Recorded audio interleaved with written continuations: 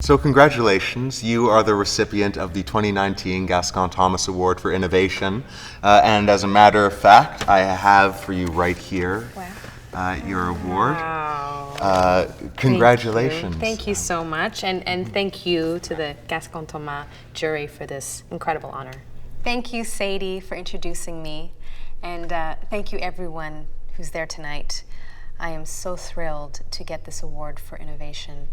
It is such an incredible thing to be recognized in this way, and especially with this long list of inspiring recipients, I'm truly honored. I've always wanted to tell stories to audiences because I truly believe that stories have the power to change lives. They can make us feel like we belong, connect us, teach us to love, to forgive, and to strive to be better people. In theater, we are preserving one of our oldest human rituals.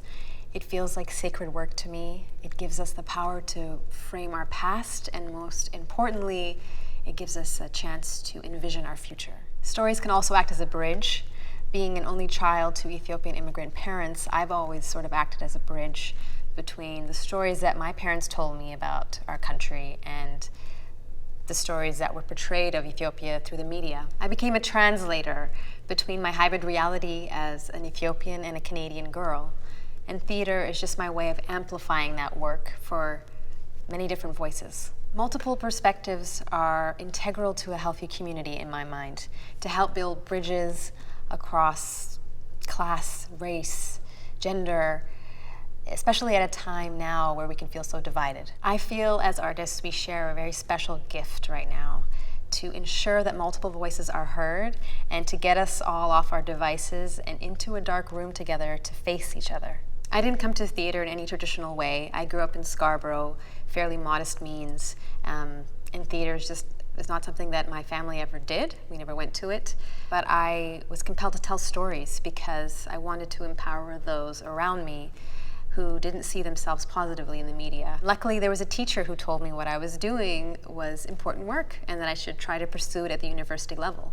So I went and auditioned, and I was discouraged when I couldn't find auditioning material, a monologue that was specifically about me, an African Canadian girl. So in my second year I switched to the directing program because I wanted to be a part of changing that. I wanted to ensure that our textbooks would be filled with many different stories from many different voices. But still, I found it frustrating that the method in which we were learning the work that we were doing was still very much from a Eurocentric canon. So in my third year, I went to the chair of the theater department and I said, I would really like to do an independent study. I would like to learn about African Canadian theater aesthetics. I'd like to take the year off and go around the country and interview people. And luckily, that chair was very supportive and it allowed me to do that. And it was very integral for my growth as an artist. I got to meet mentors who I still have. I got to meet collaborators that I still work with.